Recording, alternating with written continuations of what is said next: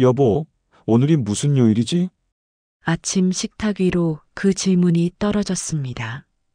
68세 최정식, 38년간 중견기업 격리부장으로 일한 남자. 숫자와 날짜가 생명인 사람. 단 한 번도 요일을 틀린 적 없는 사람이 지금 아내에게 요일을 묻고 있습니다. 화요일이잖아. 왜 갑자기? 아내 영숙이 짜증스럽게 대답합니다. 아, 맞다. 근데 어제 내가 뭐 했더라? 정식은 멍하니 밥그릇을 내려다봅니다. 그리고 천천히, 아주 천천히 수저를 집어듭니다. 하나를, 그리고 또 하나를. 뭐 해? 수저는 왜 2개야? 영숙의 목소리가 날카로워집니다. 내가 왜 이러지? 정식이 당황한 표정으로 손을 내려다봅니다. 수저 2개. 오른손에 하나, 왼손에 하나. 영숙의 얼굴이 굳어집니다. 불안한 기색이 스치고 지나갑니다. 하지만 영숙은 모릅니다. 이 남자가 지금 연기를 하고 있다는 것을. 38년 회사 생활 동안 단 하루도 실수하지 않았던 완벽주의자가 지금 일부러 요일을 틀리고 있다는 것을. 그리고 이 연기가 40년 결혼 생활을 뒤흔들 거대한 복수의 시작이라는 것을. 식탁 아래 정식의 주먹이 꽉 쥐어져 있습니다. 손등의 핏줄이 파랗게 붉어져 있습니다. 왜 이 남자는 멀쩡한 정신으로 치매를 연기하는 걸까요? 40년을 함께한 아내에게 대체 무슨 일이 있었던 걸까요? 그리고 그가 준비한 진짜 복수는 무엇일까요? 그럼 지금부터 이 놀라운 이야기 속으로 함께 들어가 보시죠. 구독과 좋아요를 눌러주시면 시작합니다. 6개월 전 작년 9월로 돌아갑니다. 새벽 6시. 알람이 울리기도 전에 최정식은 눈을 떴습니다. 38년간 몸에 밴 습관이었습니다. 중견기업 격리부장으로 일하던 시절 그는 언제나 회사에 가장 먼저 도착하는 사람이었습니다. 숫자 하나 틀리지 않고 장부 한 줄 빠뜨리지 않는 완벽주의자. 동료들은 그를 계산기라고 불렀습니다. 하지만 오늘은 다릅니다. 출근할 회사가 없습니다. 정식은 천천히 일어나 거실로 나왔습니다. 서울 은평구의 30평 아파트. 38년 월급을 모아 마련한 이 집은 그의 전부였습니다. 거실 창문 너머로 새벽 햇살이 비쳐 들어왔습니다. 조용했습니다. 너무 조용했습니다. 부엌에서 물을 마시며 정식은 냉장고에 붙어 있는 가족 사진을 바라봤습니다. 10년 전 제주도 여행 사진. 아내 영숙 63, 큰아들 정우, 막내딸 정희. 모두가 웃고 있는 사진이었습니다. 그때는 행복했을까? 정식은 작게 한숨을 쉬었습니다. 어제가 정년 퇴직일이었습니다. 퇴직금 8,500만 원. 매달 나오는 연금 190만 원. 평범하지만 노후를 보내기에는 충분한 금액이었습니다. 회사 동료들이 이제 편히 쉬세요라며 축하해줬습니다. 정식도 그렇게 될 거라 믿었습니다. 하지만 집에 돌아온 순간 아내 영숙이 던진 첫 마디는 이것이었습니다. 이제 맨날 집에 있겠네. 갈 데도 없으면서. 냉소적인 목소리, 짜증 섞인 눈빛. 38년간 새벽 6시에 나가 밤 11시에 들어오던 남편. 주말에도 회사 일로 집을 비우던 남편이 이제 매일 집에 있게 되자 영숙의 얼굴에는 반가움 대신 불편함이 서려 있었습니다. 정식은 그 순간을 떠올리며 주먹을 꽉 쥐었습니다. 아침 7시 영숙이 일어나 부엌으로 나왔습니다. 밥은 차려놨어. 알아서 먹어. 차가운 말투로 그렇게 말하고는 식탁에 국과 반찬을 툭툭 놓았습니다. 정식은 묵묵히 자리에 앉았습니다. 국에 또 밥 말아 먹으려고 몇 번을 말해. 그렇게 먹으면 위에 안 좋다니까. 정식이 국그릇에 밥을 풀려던 손이 멈췄습니다. 어린 시절 시골 할머니가 해주시던 국밥. 따뜻한 국물에 밥을 말아 호호 불어가며 먹던 그 맛이 그리웠습니다. 하지만 영숙은 40년간 단 한 번도 그것을 허락하지 않았습니다. 옆집 김 사장은 은퇴하자마자 강원도에 펜션 차렸다던데. 당신은 뭐 하나 할 줄 아는 게 있어? 영숙이 TV 리모컨을 들며 말했습니다. 나는 38년 동안 이 집 생활비 댔어. 아이들 학원비, 대학 등록금 다 내가 벌어서 댔잖아. 정식이 참다 못해 대꾸했습니다. 겨우 그런 걸로 큰 소리야? 벌이도 많지 않은 무능한 남자가. 영숙의 말이 비수처럼 꽂혔습니다. 무능하다. 그 단어가 정식의 가슴을 파고들었습니다. 38년. 단 한 번도 보너스를 개인적으로 쓴 적이 없었습니다. 모든 돈은 가족 통장으로 들어갔습니다. 영숙의 명품 가방, 해외여행 비용, 아이들 학원비, 모두 정식의 월급에서 나갔습니다.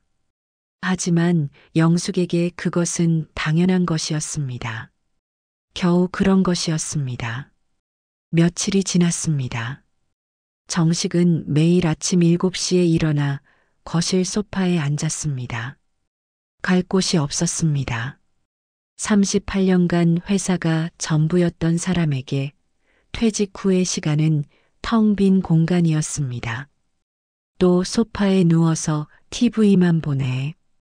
정말 한심해 죽겠네. 영숙이 지나가며 내뱉는 말들이 하루에도 몇 번씩 반복됐습니다. 어느 날 저녁 정식은 영숙이 친구와 통화하는 소리를 우연히 들었습니다. 우리 남편? 퇴직하고 나니까 완전 짐이야. 집에서 뭐 하나 제대로 하는 것도 없고 차라리 회사 다닐 때가 나았어. 정식은 침실 문 앞에 서서 그 말을 들었습니다. 짐? 40년을 함께 산 아내가 자신을 그렇게 부르고 있었습니다. 그날 밤 정식은 잠을 이루지 못했습니다. 천장을 바라보며 생각했습니다. 이게 내가 바란 노년인가? 38년간 가족을 위해 살았는데 이제 와서 짐이라니. 분노가 치밀어 올랐습니다. 하지만 어쩔 도리가 없었습니다. 40년 결혼 생활, 두 자식의 어머니, 쉽게 포기할 수 있는 관계가 아니었습니다. 그리고 또 며칠이 지난 어느 저녁, TV에서 치매 관련 다큐멘터리가 나왔습니다.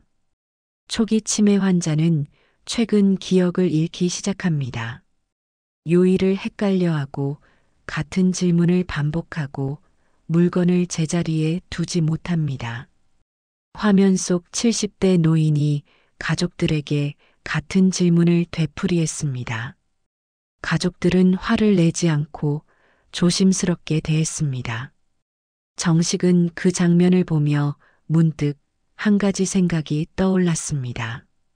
만약 내가 치매에 걸린다면 영숙은 어떻게 나올까? 나를 짐이라고 부르던 여자가 치매 환자인 나를 어떻게 대할까? 그리고 더 깊은 의문이 스쳤습니다. 혹시 나를 버리려 하지 않을까? 정식은 TV를 끄고 침실로 들어갔습니다. 어둠 속에서 그는 천천히 계획을 세우기 시작했습니다. 치매 연기를 한다면 영숙의 본심을 알 수 있을지도 몰라. 40년 동안 나를 어떻게 생각했는지 이제라도 확인해 보자. 그것은 단순한 호기심이 아니었습니다. 복수였습니다. 나를 무능하다고 짐이라고 부른 여자에게 내가 얼마나 소중한 존재였는지 깨닫게 해주는 복수. 며칠 후 그 연기가 시작됩니다. 며칠 후 그날이 왔습니다. 아침 식탁. 정식은 천천히 숟가락을 들었습니다. 영숙이 맞은편에 앉아 스마트폰을 보고 있었습니다. 평범한 아침이었습니다. 하지만 정식의 심장은 빠르게 뛰고 있었습니다. 지금이다. 정식은 숟가락을 내려놓고 영숙을 바라봤습니다. 여보, 오늘이 무슨 요일이지? 영숙이 스마트폰에서 고개를 들었습니다. 화요일이잖아. 왜 갑자기? 아, 맞다. 정식은 고개를 끄덕이며 다시 밥그릇을 들었습니다. 그리고 수저를 하나 집었습니다. 천천히. 그리고 또 하나를 집었습니다.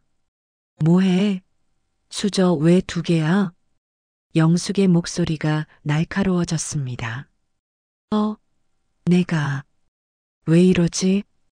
정식은 일부러 당황한 표정을 지으며 손을 내려다봤습니다. 수저 2개. 오른손에 하나, 왼손에 하나. 영숙의 눈빛이 달라졌습니다.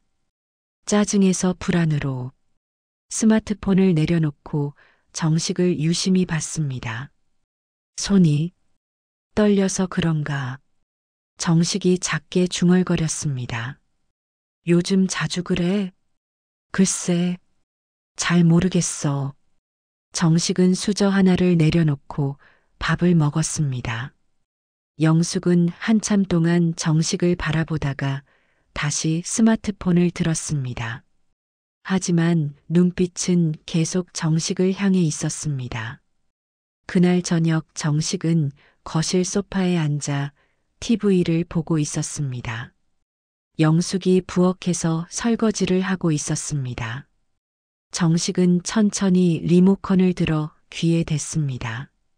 여보세요? 거기 누구세요? 리모컨을 전화기처럼 사용하며 혼잣말을 했습니다. 부엌에서 그릇 부딪히는 소리가 멈췄습니다. 당신 뭐해?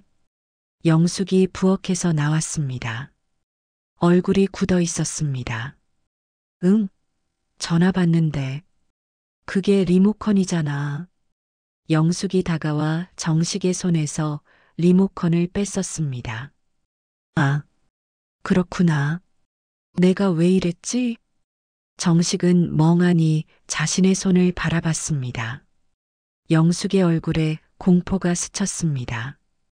짜증과 분노가 아니라 진짜 공포였습니다. 당신, 요즘 이상해. 정말 이상하다고. 영숙이 떨리는 목소리로 말했습니다. 정식은 속으로 냉소를 지었습니다. 그래, 이제 시작이야. 며칠이 지났습니다. 정식의 연기는 점점 더 정교해졌습니다. 지갑을 냉장고에 넣어두고 양말을 신발장이 아닌 서랍에 넣었습니다. 같은 질문을 하루에 3번씩 반복했습니다. 저녁 뭐 먹어? 된장찌개 한다니까. 1시간 후. 저녁 뭐 먹지? 아까 말했잖아. 된장찌개. 영숙의 목소리가 점점 날카로워졌습니다. 또 1시간 후. 저녁은 뭐 먹어? 당신, 정신 좀 차려. 영숙이 소리쳤습니다. 하지만 그 소리 속에는 두려움이 섞여 있었습니다. 그리고 일주일 후, 큰아들 정우 35가 집에 왔습니다. 대기업 과장인 아들은 한 달에 1번 정도 부모님 집에 들렀습니다. 아버지, 요즘 건강은 어떠세요? 정우가 거실에 앉으며 물었습니다. 정식은 소파에서 천천히 고개를 들었습니다. 정우를 한참 동안 바라봤습니다. 그리고 물었습니다. 넌 누구니? 정우의 얼굴이 하얗게 질렸습니다. 아버지, 저 정우예요. 아들 정우. 아, 정우구나. 미안하다. 정식이 머리를 극적이며 웃었습니다. 정우가 급히 부엌으로 갔습니다. 영숙이 차를 끓이고 있었습니다. 엄마, 아버지 상태가 심각한 것 같아요. 정우의 목소리가 떨렸습니다. 그러게. 요즘 정말 이상해. 요일도 헷갈려하고 같은 말을 계속 반복하고. 혹시 치매 아니에요? 정우가 작은 목소리로 물었습니다. 정식은 거실에서 그 대화를 모두 들었습니다. 그리고 핸드폰의 녹음 버튼을 눌렀습니다. 증거는 이렇게 모으는 거야. 그날 밤 정식은 안방 문을 살짝 열어두고 침대에 누웠습니다. 영숙이 거실에서 정우와 통화하는 소리가 들렸습니다. 정우야, 아버지를 병원에 데려가야 할 것 같아. 네, 빨리 검사 받아보세요. 근데 만약 진짜 치매면 어떡하지? 그땐 요양원을 알아봐야죠. 정식의 심장이 멈춘 듯 했습니다. 요양원. 정말로 그 말이 나왔습니다. 아들의 입에서. 그리고 아내는 반대하지 않았습니다. 그 전에 아버지 재산부터 정리해야 하지 않을까? 정우의 목소리가 조심스럽게 이어졌습니다. 그래. 통장이랑 도장은 내가 먼저 관리해야겠어. 치매가 심해지기 전에. 정식은 이불을 꽉 움켜쥐었습니다. 손톱이 손바닥에 박힐 정도로 주먹을 쥐었습니다. 그래. 결국 돈이구나. 40년을 함께 산 남편이 아니라 돈덩어리였구나. 분노가 치밀어 올랐습니다. 하지만 동시에 차갑게 식어가는 것을 느꼈습니다. 감정이 아니라 계획으로, 복수가 아니라 전쟁으로. 다음 날 새벽 정식은 집을 나섰습니다. 영숙이 자는 사이 조용히 현관문을 열고 나갔습니다. 회사 후배 김 과장을 만났습니다. 형님, 이른 아침에 무슨 일이세요? 과장, 변호사 좀 소개해줘. 믿을 만한 사람으로. 무슨 일 있으세요? 나중에 설명할게. 일단 급해. 김 과장이 소개해준 박지원 변호사를 만났습니다. 30대 중반의 날카로운 인상의 여성 변호사였습니다. 정식은 지난 일주일간 녹음한 파일을 보여줬습니다. 이건 명백한 재산 탈취 시도입니다. 박 변호사가 녹음을 들으며 말했습니다. 제가 정상이라는 증명을 받을 수 있을까요? 물론입니다. 제가 아는 정신과 전문의를 소개해드리죠. 정밀 검사를 받으시면 됩니다. 그리고 이혼도 가능할까요? 정식이 조용히 물었습니다. 박 변호사가 고개를 들어 정식을 봤습니다. 40년 결혼 생활을 끝내시겠다는 말씀이시죠? 네. 이미 끝났습니다. 제 마음속에서는 집으로 돌아왔을 때 영숙이 현관에서 기다리고 있었습니다. 어디 갔다 와? 혼자 나가면 위험하다니까. 그냥 산책. 새벽 5시에 무슨 산책이야. 정말 치매 맞네. 영숙이 짜증을 냈습니다. 하지만 정식은 그 눈빛을 놓치지 않았습니다. 의심. 영숙의 눈에 의심이 스쳐 지나갔습니다. 조심해야겠어. 정식은 다시 멍한 표정을 지으며 거실로 갔습니다. 하지만 그 순간 현관 신발장 위에 놓인 영숙의 핸드폰 화면이 켜져 있었습니다. 메시지 하나가 떠 있었습니다. 발신자 언니. 영숙아, 그 돈 준비됐어? 이번 달 안에 갚아야 한다니까. 정식의 눈이 가늘어졌습니다. 무슨 돈? 영숙에게 내가 모르는 빚이 있다는 말인가? 그날 오후 집이 이상하리만치 조용했습니다. 정식은 거실 소파에 앉아 TV를 보고 있었습니다. 하지만 눈은 화면을 향하고 있어도 귀는 현관 쪽을 향해 있었습니다. 영숙이 나갔습니다. 병원 예약했어. 내일 같이 가자. 아침에 그렇게 말하고 어디론가 나간 영숙. 그 뒷모습이 평소와 달랐습니다. 서둘렀고 불안해 보였습니다. 오후 3시 현관문이 열리는 소리가 들렸습니다. 하지만 영숙 혼자가 아니었습니다. 발소리가 2개였습니다. 아니 3개. 정식은 멍하니 TV를 보는 척하며 귀를 곤두세웠습니다. 어머니, 여기가 아버지 계신 집이시죠? 낯선 남자 목소리였습니다. 정중하지만 사무적인 톤. 네, 들어오세요. 영숙의 목소리가 떨렸습니다. 거실로 들어온 사람은 3명이었습니다. 영숙, 그리고 40대 중반으로 보이는 남자, 그리고 30대 여성. 안녕하세요, 어르신. 남자가 정식에게 다가와 명함을 내밀었습니다. 황혼의 집 요양원 원장 김태수. 정식의 심장이 쿵 내려앉았습니다. 요양원. 벌써 요양원 사람을 데려왔다는 말입니까? 이분이 황혼의 집 요양원 원장이셔. 상담 좀 받으라고 모셨어. 영숙이 억지로 밝은 표정을 지으며 말했습니다. 정식은 천천히 일어섰습니다. 그리고 뒤로 물러났습니다. 안녕하세요, 최정식 어르신. 저희 시설은 치매 환자 전문 케어 시설입니다.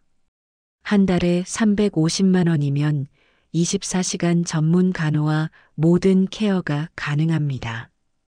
김 원장이 밝게 웃으며 브로슈어를 꺼냈습니다. 싫어. 정식이 작게 중얼거렸습니다. 어르신, 그냥 상담만요. 경치도 좋고 친구들도 많이 계세요.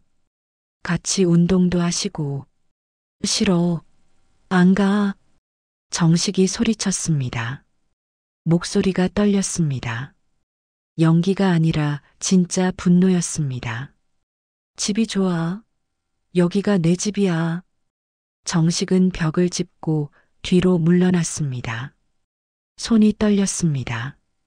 김 원장과 영숙이 당황한 표정으로 서로를 봤습니다.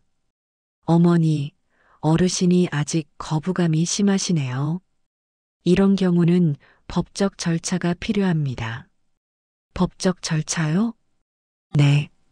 정신과 진단서와 가족 동의서가 있으면 가능합니다. 어르신이 거부하셔도 가족분들이 결정하실 수 있어요. 정식은 그 말을 들으며 온몸이 얼어붙는 것을 느꼈습니다. 법적 절차, 강제 입소, 내 의사와 상관없이 가족들이 결정하면 요양원에 보낼 수 있다는 말이었습니다. 일단 오늘은 이만 가보겠습니다. 서류 준비되시면 연락 주세요. 김 원장이 명함을 남기고 나갔습니다. 여성 직원도 따라 나갔습니다. 현관문이 닫혔습니다. 정식과 영숙만 남았습니다. 정적이 흘렀습니다. 영숙이 천천히 정식에게 다가왔습니다. 당신 정말 치매 맞아? 목소리가 이상했습니다. 확신이 없는 목소리였습니다. 정식은 멍하니 영숙을 바라봤습니다. 나 여기 살 거야. 내 집이야. 알아. 하지만 당신 혼자서는 위험해. 밤에 가습을 켜놓고 자면 어떡해? 길 잃어버리면 어떡해? 영숙이 다가왔습니다. 하지만 그 눈빛에는 걱정이 아니라 계산이 서려 있었습니다. 병원만 가보자. 검사만 받아보자고. 영숙이 정식의 손을 잡았습니다. 정식은 그 손을 뿌리쳤습니다. 싫어. 정식이 방으로 들어가 문을 닫았습니다. 손이 덜덜 떨렸습니다.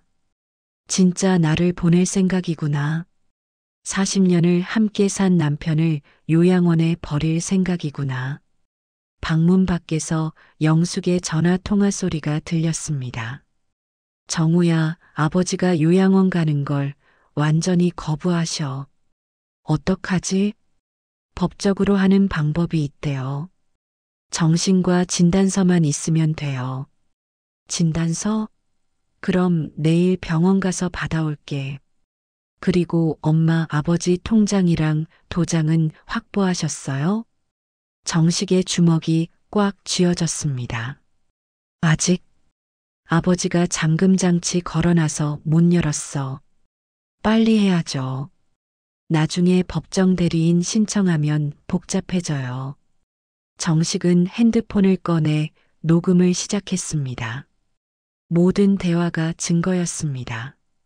그날 밤 정식은 잠을 이루지 못했습니다. 새벽 3시 조용히 일어나 서재로 갔습니다. 책장 뒤에 숨겨둔 금고를 열었습니다.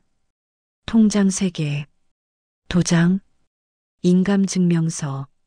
정식은 그것들을 가방에 넣었습니다. 그리고 새벽 4시 조용히 집을 나섰습니다. 김 과장에게 전화했습니다. 과장, 미안한데 내가 좀 급해. 지금 만날 수 있어? 형님, 무슨 일이세요? 이거 좀 맡아줘. 절대 아무한테도 말하면 안 돼. 정식은 김 과장에게 가방을 건넸습니다. 형님, 이게 뭐예요? 내 재산 증명 서류야. 아내가 이걸 노리고 있어. 김 과장의 얼굴이 굳어졌습니다. 형수님이요? 응. 나를 요양원에 보내고 재산을 챙기려고 해. 그럴 수가. 아직 아무한테도 말하지 마. 때가 되면 내가 움직일 거야. 정식은 김 과장의 어깨를 두드리고 돌아섰습니다. 집으로 돌아왔을 때 영숙이 현관에서 기다리고 있었습니다. 어디 갔다 와? 날카로운 목소리였습니다. 산책. 새벽 4시에 산책? 당신 진짜 정신 나갔어. 영숙이 소리쳤습니다. 하지만 그 눈빛에는 불안과 의심이 섞여 있었습니다. 정식은 멍하니 영숙을 바라봤습니다. 하지만 그 순간 영숙의 눈빛이 변했습니다. 정식을 뚫어지게 바라보는 눈빛, 계산하는 눈빛, 그리고 작게 중얼거렸습니다. 설마, 아니겠지? 정식의 등에 식은땀이 흘렀습니다. 들킨 건가? 내가 연기하는 걸 눈치챈 건가? 하지만 영숙은 더 이상 아무 말도 하지 않았습니다. 그저 정식을 한참 동안 바라보다가 방으로 들어갔습니다. 정식은 거실에 홀로 남았습니다. 창밖으로 해가 떠오르고 있었습니다. 조심해야 해. 더 철저하게. 하지만 동시에 깨달았습니다. 이제 돌이킬 수 없어. 이미 시작됐어. 전쟁이 시작된 것입니다. 40년 결혼 생활을 건 전쟁이. 그날 밤 정식은 잠을 이루지 못했습니다. 요양원 원장의 말이 머릿속을 맴돌았습니다. 법적 절차가 있으면 가능합니다. 그리고 영숙의 눈빛. 설마, 아니겠지? 의심하는 눈빛이었습니다. 들킨 걸까? 아니면 아직 확신하지 못한 걸까? 정식은 침대에서 일어나 조용히 서재로 갔습니다. 영숙이 자고 있는 안방에서 고르게 숨 쉬는 소리가 들렸습니다. 서재 책장 앞에 섰습니다. 그리고 문득 손이 멈췄습니다. 책장 2번째 칸. 거기에 낡은 앨범 한 권이 있었습니다. 먼지가 수북이 쌓여 있었습니다. 이게 왜 여기 있지? 정식은 그 앨범을 꺼냈습니다. 손에 닿는 표지가 거칠었습니다. 오래된 가죽 표지. 아마 20년은 넘었을 것입니다. 조심스럽게 펼쳤습니다. 첫 장, 결혼식 사진이었습니다. 1985년 5월, 정식 28세, 영숙 23세. 사진 속 영숙은 웃고 있었습니다. 진짜 웃음이었습니다. 눈가에 주름이 잡힐 정도로 환하게 웃고 있었습니다. 정식도 웃고 있었습니다. 어색하지만 행복해 보이는 얼굴이었습니다. 우리도 이런 시절이 있었구나. 페이지를 넘겼습니다. 신혼여행 사진. 제주도. 한라산 앞에서 찍은 사진. 영숙이 정식의 팔에 매달려 있었습니다. 또 넘겼습니다. 큰아들 정우가 태어났을 때 병원 침대에 누운 영숙이 갓 태어난 아기를 안고 있었습니다. 정식이 옆에서 아기를 내려다보고 있었습니다. 영숙의 얼굴에 눈물이 흘렀던 흔적이 보였습니다. 하지만 그것은 행복한 눈물이었습니다. 정식의 손이 떨렸습니다. 언제부터였을까? 언제부터 우리가 이렇게 된 걸까? 페이지를 계속 넘겼습니다. 정우 돌잔치, 정희 출생, 가족여행 사진들. 10년 전까지는 웃고 있었습니다. 모두가. 하지만 그 이후의 사진은 없었습니다. 앨범이 거기서 끝났습니다. 정식은 앨범을 덮으려다가 마지막 페이지에 끼워진 종이 한 장을 발견했습니다. 편지였습니다. 낡은 편지. 노란 종이에 펜으로 쓴 글씨. 정식은 그것을 펼쳤습니다. 정식에게 오늘 당신이 승진했다고 전화했을 때 나는 정말 기뻤어요. 38살의 부장. 얼마나 힘들었을까요? 하지만 당신은 단 한 번도 힘들다는 말을 하지 않았어요. 나는 당신이 자랑스러워요. 우리 아이들도 자랑스러워할 거예요. 사랑해요. 1997년 12월 영숙. 정식의 눈에 눈물이 맺혔습니다. 이런 편지를 쓴 여자가 지금의 영숙이 맞나? 손이 떨렸습니다. 편지를 다시 읽었습니다. 사랑해요. 그 세 글자가 눈에 들어왔습니다. 언제부터 사라진 걸까? 이 감정이. 정식은 편지를 다시 앨범에 끼워 넣었습니다. 그리고 앨범을 책장에 다시 넣으려다가 멈췄습니다. 뒤쪽 페이지에 뭔가 더 있었습니다. 꺼내보니 영숙의 일기장이었습니다. 작은 수첩 크기의 일기장. 펼쳤습니다. 2005년 3월 15일. 정식이 오늘도 늦게 들어왔다. 밤 11시. 아이들은 이미 잤고 나는 혼자 TV를 보고 있었다. 피곤한 얼굴로 들어와서도 밥 먹었어? 라고 물었다. 나는 화가 났다. 당신은 가족이 밥 먹는 시간에 집에 온 적이 있어? 정식은 아무 말도 하지 않고 방으로 들어갔다. 나는 외로웠다. 결혼 20년. 하지만 남편과 대화한 시간은 얼마나 될까? 아이들만 키우다가 나는 늙어가고 있다. 정식은 돈을 벌어온다. 생활비를 댄다. 하지만 나는 외롭다. 정식의 가슴이 무너졌습니다. 외롭다. 그 단어가 박혔습니다. 페이지를 넘겼습니다. 2010년 8월 3일. 옆집 민지 언니는 남편이랑 여행을 자주 다닌다고 했다.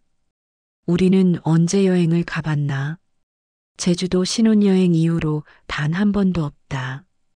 정식에게 물어봤다. 우리 여행 갈까? 대답은 이랬다. 바쁘니까 나중에. 나중은 언제일까? 나는 지쳤다.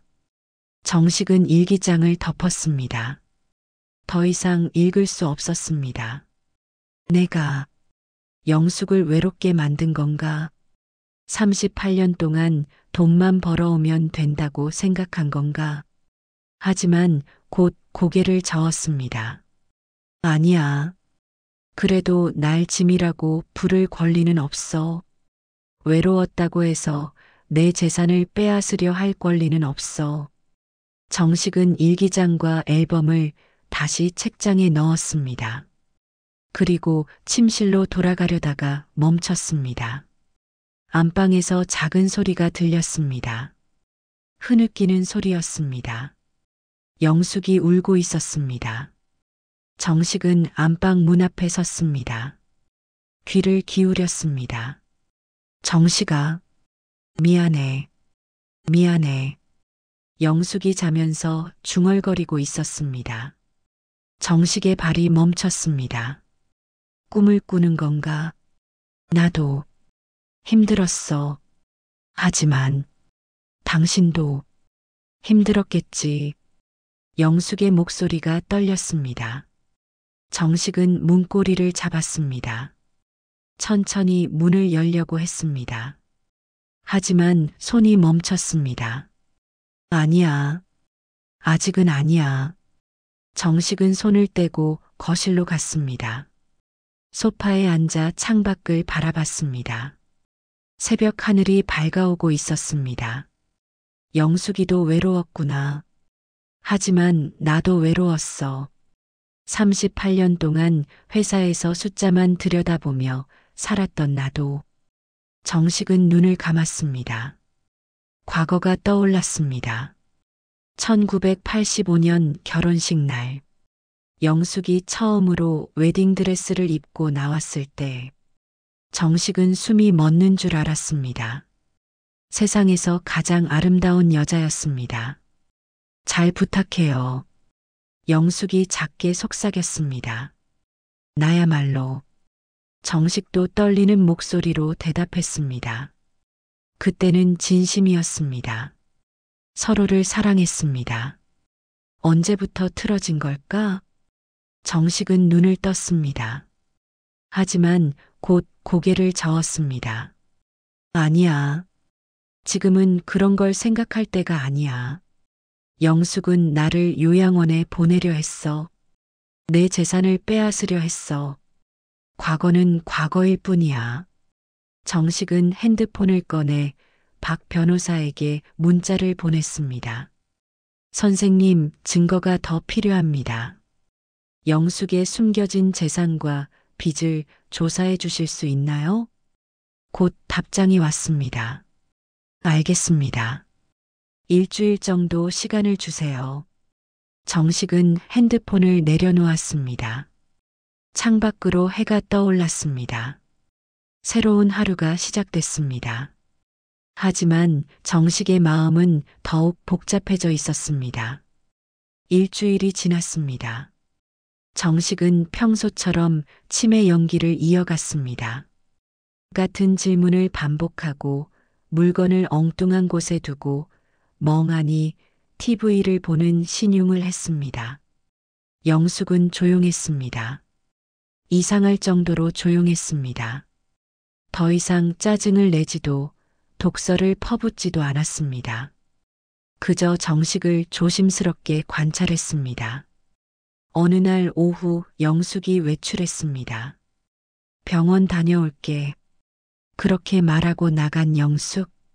정식은 창문 너머로 그 뒷모습을 지켜봤습니다. 핸드폰이 울렸습니다. 박 변호사였습니다. 최 선생님, 조사 결과가 나왔습니다. 지금 사무실로 오실 수 있으세요? 지금 갑니다. 정식은 급히 외출 준비를 했습니다. 30분 후 박 변호사 사무실. 책상 위에 서류 뭉치가 놓여 있었습니다. 앉으세요. 박 변호사가 침착한 목소리로 말했습니다. 정식은 의자에 앉았습니다. 심장이 빠르게 뛰었습니다. 먼저 말씀드리겠습니다. 부인 최영숙 씨의 재정 상황이 심각합니다. 박 변호사가 서류를 넘기며 설명하기 시작했습니다. 첫째, 주식 투자 손실. 총 8,200만 원입니다. 선생님이 아시는 3천만 원이 아니라 8천만 원이 넘습니다. 정식의 얼굴이 굳어졌습니다. 둘째, 선생님 명의로 받은 대출 1억 원. 도장 위조가 맞습니다. 감정 결과가 나왔습니다. 셋째, 개인 빚. 친정 언니에게 3천만 원, 친구 김순자에게 2천만 원, 사채업자에게 1,500만 원. 총 6,500만 원입니다. 넷째, 박 변호사가 잠시 말을 멈췄습니다. 양평 땅 말입니다. 양평 땅이요? 네. 부인 친정 어머니 명의로 되어 있는 양평 땅. 시세 3억 2천만 원으로 확인됩니다. 정식이 고개를 끄덕였습니다. 그건 알고 있었습니다. 하지만 문제는 박 변호사가 다른 서류를 꺼냈습니다. 그 땅이 이미 2차 담보까지 잡혀 있습니다. 총 담보 대출액 2억 4천만 원. 실제 남은 가치는 8천만 원 정도입니다. 정식의 눈이 커졌습니다. 그리고 이 담보 대출금은 박 변호사가 정식을 똑바로 봤습니다. 부인이 7년 전부터 조금씩 빼돌린 것으로 추정됩니다. 선생님 모르게 통장에서 조금씩 인출한 기록이 있습니다. 얼마나 됩니까? 총 1억 5천만 원 정도로 보입니다. 정식은 의자에 등을 기댔습니다. 숨이 막혔습니다. 그럼 영숙이 만든 빚과 손실이 주식 손실 8,200만 원, 대출 1억 원, 개인 빚 6,500만 원, 양평 땅 담보 2억 4천만 원, 합치면 약 3억 9천만 원입니다. 정식의 머릿속이 하얗게 변했습니다. 4억. 영숙이 만든 빚이 거의 4억에 달한다는 말이었습니다. 그리고 더 충격적인 사실이 있습니다. 박 변호사가 또 다른 서류를 꺼냈습니다. 부인이 지난주에 정신과를 방문했습니다. 정신과요? 네. 그런데 선생님을 데리고 간 게 아닙니다. 혼자 갔습니다. 왜요? 의사와 상담한 내용을 확인했습니다. 합법적인 경로로요. 박 변호사가 서류를 내밀었습니다. 부인은 의사에게 이렇게 말했습니다. 남편이 치매인 것 같은데 본인은 병원 가기를 거부합니다. 강제로 입원시킬 방법이 없을까요? 정식의 주먹이 꽉 쥐어졌습니다. 의사는 이렇게 답했습니다. 가족 동의와 정신과 진단서가 있으면 가능합니다. 제가 진단서를 작성해 드릴 수 있습니다. 그럼, 네. 부인은 선생님을 직접 보지도 않은 의사에게서 가짜 진단서를 받으려 했습니다. 정식은 더 이상 말을 할 수 없었습니다. 박 변호사가 계속 말했습니다. 그리고 이건 녹취록입니다. 지난주 부인과 정우 씨의 통화 내용입니다. 녹취록을 읽기 시작했습니다. 정우야, 아버지 요양원 보내는 거 확정이야. 아버지가 동의하세요? 동의 안 해도 방법이 있어. 의사 진단서 받았어. 그럼 아버지 재산은요? 법정 대리인 신청할 거야. 그럼 내가 다 관리할 수 있어. 통장이랑 도장은요? 이미 찾았어. 아버지 금고 비밀번호 알아냈거든. 얼마나 있어요? 현금이랑 주식, 예금 합쳐서 한 2억 정도 될 거야. 그럼 그걸로 엄마 빚 갚으시고. 엄마 응. 그리고 남은 걸로 내가 살아갈 거야. 정식은 녹취록을 읽으며 손이 떨렸습니다. 이게 진짜입니까? 네. 합법적으로 확보한 증거입니다. 정식은 고개를 숙였습니다. 눈물이 떨어졌습니다. 40년을 함께 산 아내가 자신을 치매 환자로 만들어 요양원에 보내고 재산을 빼앗아 빚을 갚으려 했다는 것이었습니다. 선생님, 박 변호사가 조용히 불렀습니다. 이제 결정하셔야 합니다. 형사 고소를 하시겠습니까? 아니면 이혼만 하시겠습니까? 정식은 눈물을 닦았습니다. 그리고 천천히 고개를 들었습니다. 눈빛이 차가워져 있었습니다. 둘 다 합니다. 형사 고소와 이혼 모두요? 네. 영숙은 범죄자입니다. 도장 위조, 사기, 재산 탈취 시도 모두 범죄입니다. 정식의 목소리가 단단했습니다. 그리고 40년 결혼 생활도 끝입니다. 더 이상 함께 살 수 없습니다. 박 변호사가 고개를 끄덕였습니다. 알겠습니다. 준비하겠습니다. 정식은 사무실을 나왔습니다. 엘리베이터를 타고 1층으로 내려갔습니다. 밖으로 나오니 햇살이 눈부셨습니다. 하지만 정식의 마음은 어두웠습니다. 영수가, 너는 선을 넘었어. 이제 돌이킬 수 없어. 집으로 돌아가는 길, 정식은 영숙에게서 온 문자를 확인했습니다. 내일 병원 같이 가자. 검사 받아야 해. 정식은 답장을 보냈습니다. 알았어. 하지만 속으로 다짐했습니다. 내일이 마지막이야, 영수가. 내가 준비한 가짜 진단서로 나를 가두려 하겠지. 하지만 나도 준비했어. 진짜 전쟁은 이제부터야. 다음 날 아침, 법원 복도는 차갑고 조용했습니다. 정식은 박 변호사와 함께 법정 앞에 섰습니다. 손에는 증거 서류가 든 가방이 들려 있었습니다. 긴장되세요? 박 변호사가 물었습니다. 아니요. 이미 각오했습니다. 정식의 목소리는 담담했습니다. 법정 문이 열렸습니다. 들어서는 순간 정식은 멈칫했습니다. 영숙이 피고인석에 앉아 있었습니다. 초라한 모습이었습니다. 화장기 없는 얼굴, 푸석푸석한 머리, 떨리는 손. 40년을 함께 산 아내가 지금 범죄자의 자리에 앉아 있었습니다. 정식의 가슴이 순간 무너졌습니다. 하지만 곧 마음을 다잡았습니다. 아니야. 이건 영숙이 스스로 선택한 길이야. 재판이 시작됐습니다. 피고인 최영숙, 맞습니까? 네, 맞습니다.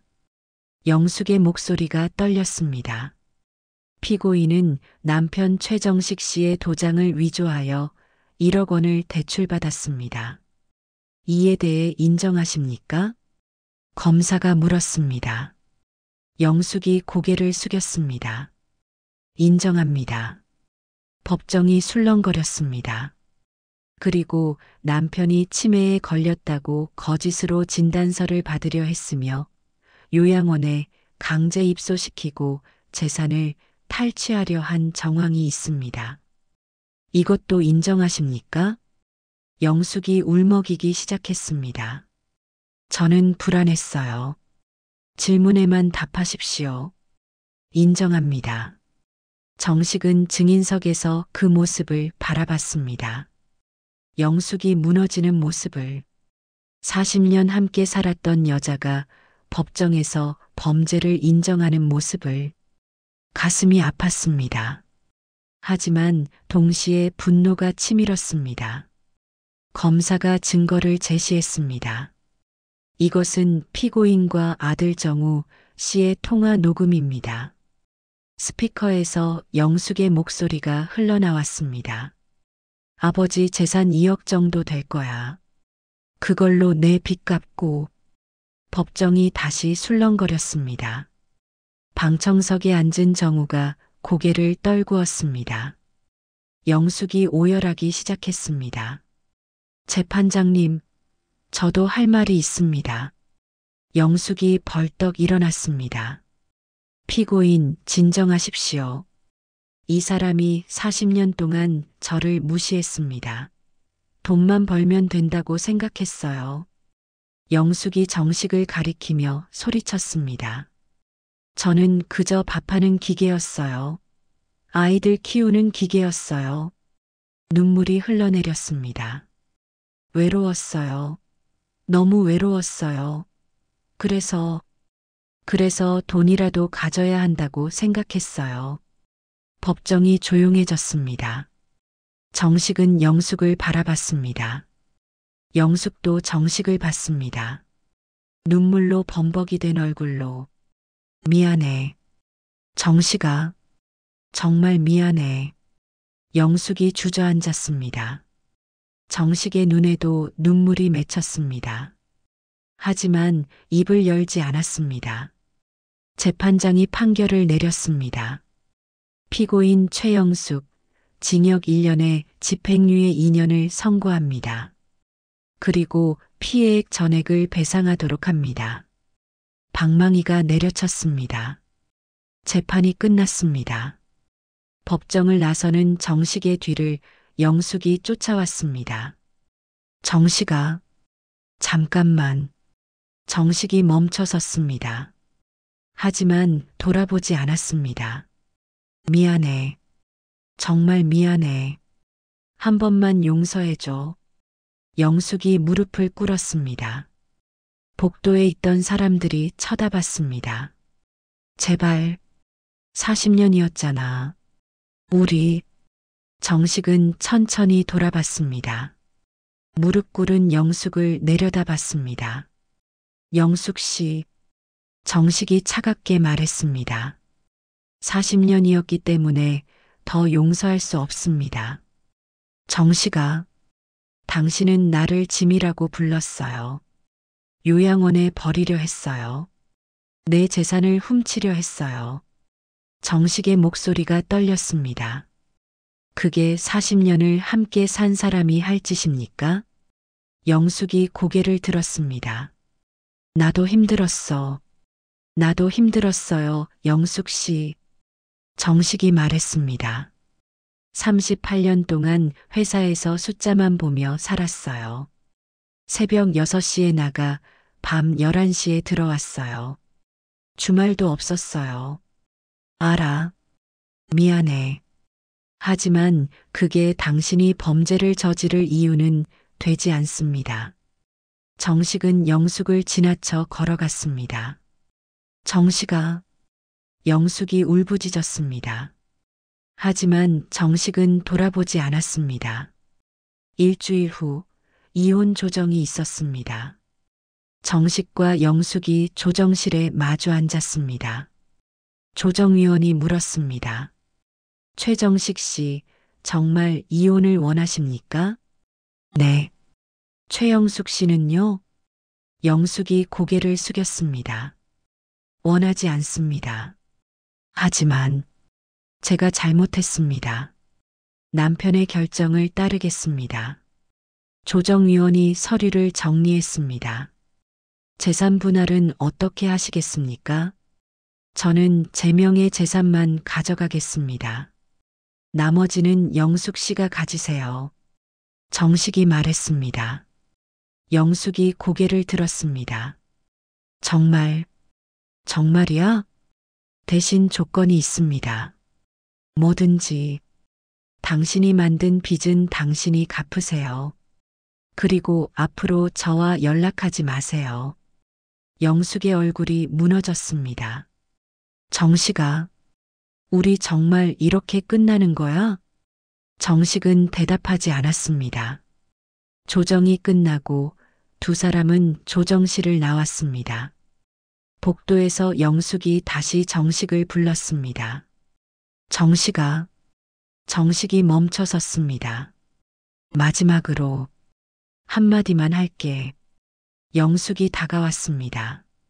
나는 정말로 당신을 사랑했어. 처음에는 결혼식 날, 신혼여행 때, 정우가 태어났을 때 눈물이 흘렀습니다. 언제부터인가 우리는 서로에게 익숙해졌고 그 익숙함이 무관심이 됐어. 그리고 무관심이 원망이 됐지. 정식이 영숙을 봤습니다. 하지만 그게 변명이 될 수는 없었어. 내가 너무 큰 잘못을 저질렀어. 영숙이 작게 웃었습니다. 이제 와서 하는 말이지만 미안해. 그리고 고마웠어. 38년 동안 정식의 눈에도 눈물이 맺혔습니다. 하지만 아무 말도 하지 않았습니다. 그저 고개를 끄덕이고 돌아섰습니다. 복도 끝에서 한번 뒤돌아봤습니다. 영숙은 그 자리에 서서 울고 있었습니다. 정식은 천천히 손을 들어 작게 흔들었습니다. 마지막 작별이었습니다. 40년 결혼 생활의 마지막 순간이었습니다. 1년이 지났습니다. 봄이 왔고 여름이 지나고 가을이 왔습니다. 최정식은 이제 서울 은평구의 작은 오피스텔에 살고 있습니다. 25평. 혼자 살기에는 충분한 공간입니다. 아침 7시. 정식은 여전히 일찍 일어납니다. 하지만 이제는 출근 준비가 아니라 운동복을 입습니다. 근처 공원을 한 바퀴 돕니다.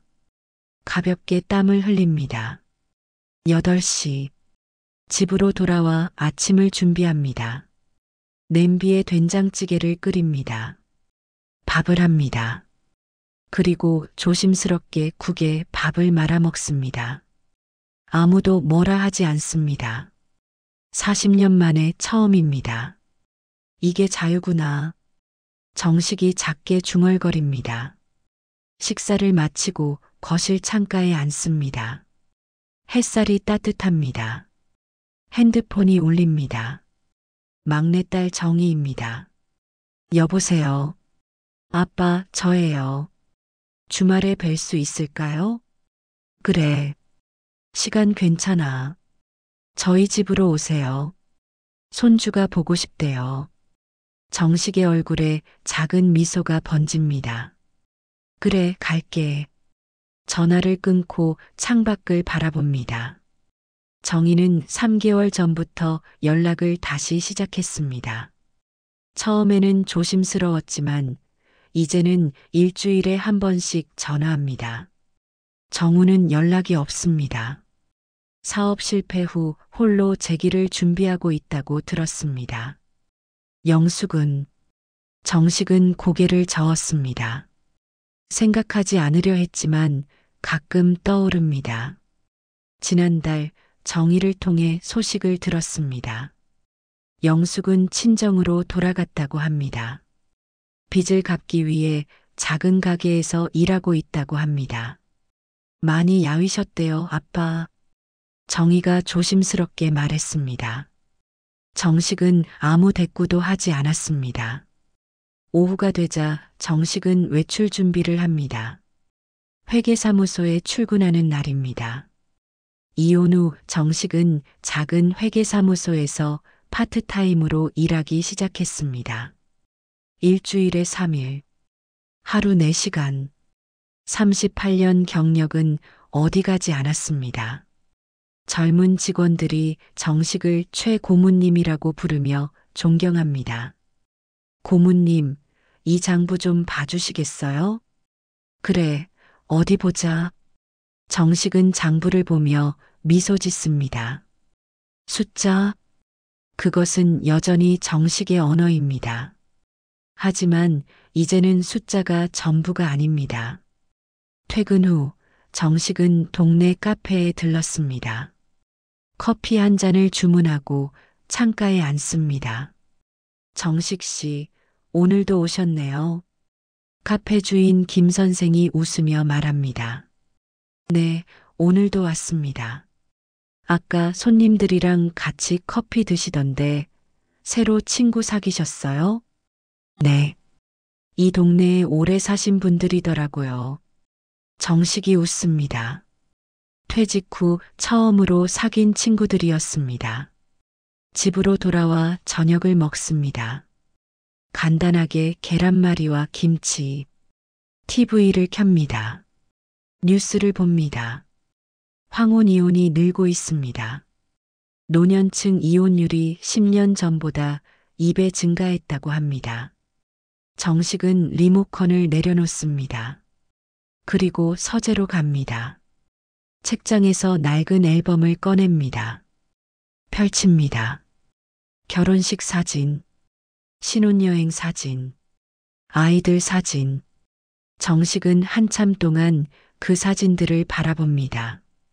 우리도 행복했었는데 작게 중얼거립니다.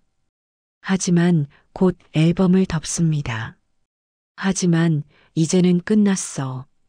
앨범을 다시 책장에 넣습니다. 그리고 책상 서랍을 엽니다. 거기에는 새로운 통장이 있습니다. 정식의 이름으로 된 통장. 그리고 작은 수첩. 새로운 시작이라고 쓰여 있습니다. 정식은 수첩을 펼칩니다. 2026년 목표. 건강 유지, 매일 운동. 경제적 자립, 파트타임 계속. 관계 회복, 정의, 손주와 시간 보내기. 새로운 취미, 등산 동호회 가입. 나를 위한 삶. 정식은 펜을 들어 마지막 줄에 체크합니다. 나를 위한 삶. 밤이 되었습니다. 정식은 거실 소파에 앉아 와인 한 잔을 따릅니다. 혼자 마시는 와인이지만 쓸쓸하지 않습니다. 창밖으로 도시의 불빛이 반짝입니다. 정식은 와인잔을 들어 창밖을 향해 가볍게 듭니다. 건배. 새로운 인생에. 그리고 한 모금 마십니다. 쓴맛과 단맛이 섞여 있습니다. 인생처럼 40년의 결혼 생활이 끝났습니다. 하지만 인생은 계속됩니다. 69세. 늦은 나이지만 새로운 시작입니다. 정식은 소파에 기대어 눈을 감습니다. 피곤하지만 편안합니다. 억압받지 않습니다. 무시당하지 않습니다. 비교당하지 않습니다. 자유롭습니다. 때로는 외롭습니다. 때로는 과거가 그립습니다. 하지만 후회하지 않습니다.